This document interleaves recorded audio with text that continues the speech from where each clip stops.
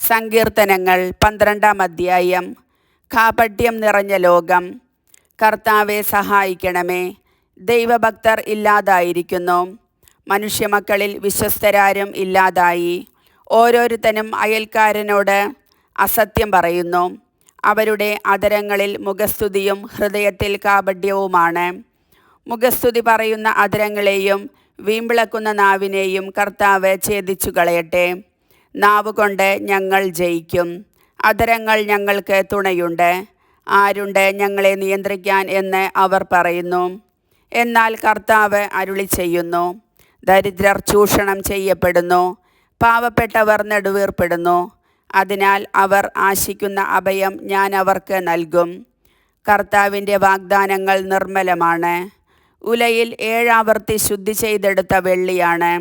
കർത്താവെ, ഞങ്ങളെ കാത്തുകൊള്ളണമേ.